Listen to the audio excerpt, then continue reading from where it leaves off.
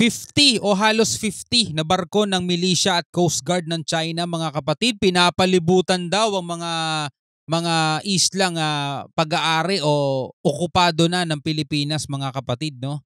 At nakita rin daw sila sa sa Ayungin at sa Scarborough, mga tol.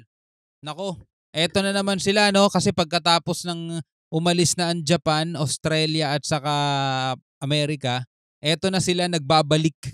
Nagbabalik ang tapang-tapangan, mga tol. Well, eto, panoorin natin tong balitang to mula sa UNTV. Yan, no, halos 50 barko ng militia at Coast Guard ng China na mataan sa Ayungin at Scarborough Shoals, mga kapatid. Sabi ng AFP. Panoorin natin to, mga tol. Umabot na sa 48 ang barko ng China na namataan sa West Philippine Sea.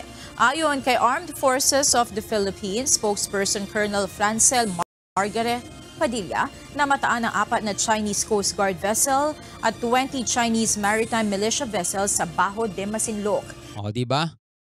Andirito na naman sila, mga tol, sa West Philippine Sea. Para silang mga no? Mga daga. Nagtatago bigla kapag may gagawing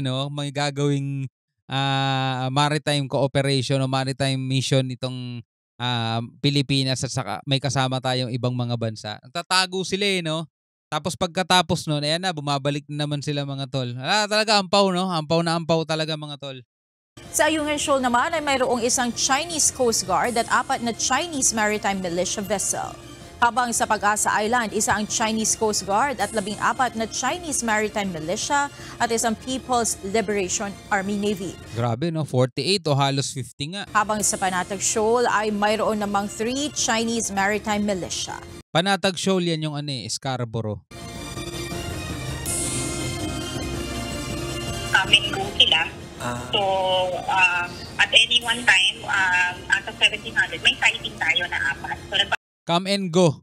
Nawala lang sila nung nagkaroon ng MMCA. Yun lang, yung nagkaroon lang ng MMCA, nawala sila. Tapos after nun, eto na, bumalik na sila. Tapang-tapangan na naman. Palit-palitan to, it could be na for any other reason, no, we cannot speculate. Baka nagpalitan sila. Nagpalitan talaga, hindi lang talaga sila makalapit, mga kapatid, no? At ito mula sa GMA naman na to. Talagang maninindig na naman ng balahibo nito ni Xi Jinping, mga kapatid. No, kasi pag-uusapan daw yung mga naging agresibong hakbang ng China, no, sa mga barko ng Pilipinas. Yan ay tatalakayin sa Trilateral Leaders meeting, no? At ayun nga, Japan, US at Pilipinas. Nandoon na si PBBM ngayon at isa daw to, no, sa mga pag-uusapan. At ito, nakatutok malamang dito si Xi Jinping, mga kapatid, kung ano ang gagawin ng Japan. Kasi mga katol, ang Japan minsan ding sinakop ang China. Minsan din nila sinakop yan. Matindi Japan kahit noon pa, no? Well, eto, panoorin natin to mula naman sa GMA Integrated. At ngayon pa lang, nakaabang na tayo sa Washington, D.C. para sa Trilateral Summit ng mga leader ng Amerika, Japan at Pilipinas. Live mula roon, nakatutok si Maris Malik. Maris. Emil, pasado alas 7 ng umaga ngayon dito sa Washington, D.C. sa Amerika. Dito nga gaganapin bukas ang kauna-unahan Trilateral Leaders Summit na dadaluhan ni Philippine President Ferdinand Bongbong Marcos Jr., Japanese Prime Minister Kishida Fumio at ni President Joe Biden ng host country na Amerika.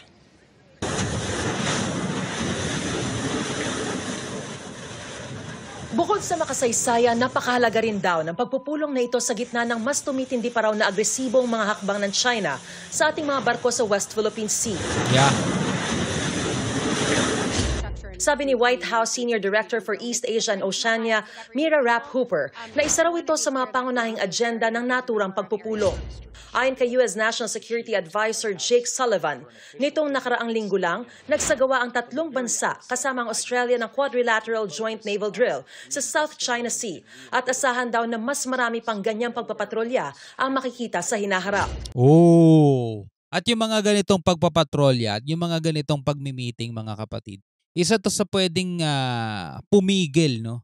Ito isa to sa pwedeng mag-delay o talagang pumigil, mga kapatid, ng mga gera. Kasi mga tol, isang bansa lang yung ganid dyan sa South China Sea. Isang bansa lang, mga tol. At yung bansang yon, nangangailangan din. Kaya nga talagang desperado silang sakupin eh. Dahil napakalaki ng kayamanang nagtatago dyan mga tol. Doon pa lang sa langis eh. Doon pa lang sa langis na nasa West Philippine Sea, mga yamang dagat. Diba? Hindi nila ibabahagi yun sa kahit kanino. Kaya nga yung mga mangingisdang Pinoy natin, pinapaalis nila eh. Samantalang ang liliit lang ng mga bangka natin, mga tol, mga mangingisda natin, kung makakahuli man yun, hindi toneladang isda ang mahuhuli nun. Saktong-saktong mga ilang banyerang isda lang mahuhuli nun, pero pinapaalis nila, di ba? Sa laki ng dagat, mga tol, pinagdadamot nila sa mga mangingisdang Pilipino na hindi naman kanila. Naalala ninyo yung mga nangunguha lang ng seashells, pang-ulam lang sana. O di ba, pinabalik nila yung mga nakuhang seashells. Kaya umuwing dilatang mata ng mga mangingisdang Pinoy. Ganon sila kadamot, ganon sila kaganid mga tol. No? Hindi naman mauubos ang isda sa dagat mga tol kapag nanghuli yung mga mangingisdang Pilipino. Ang lilit lang ng bangka natin. Pero grabe sila magdamot, no? Akala mo talaga kanila eh. Grabe. Inaasahan din daw na mag-aanunsyo rin ang 3 lider ng mga bagong inisyatibo para mapalakas pang energy security, economic and maritime cooperation, technology and cybersecurity, gayon din ang pamumuhunan sa ilang malalaking proyektong infrastruktura. Yan. This trilateral meeting comes at a very important time as the Philippines has found themselves under increasing pressure from the PRC in the South China Sea. Tama. This should, of course, be taken as a sign that not only President Biden, but Prime Minister Kishida wish to show their support and resolve for President Marcos and his handling of this incredibly difficult issue.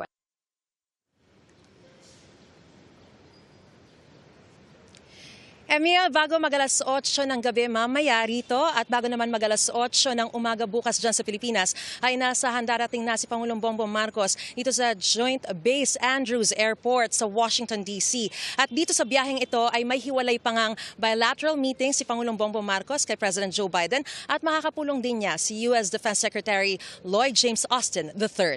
At yan ang pinakasariwang balita mula rito sa... Alright mga kapatid, yan ang ating mga balita ngayon na binigyan natin ng reaction video.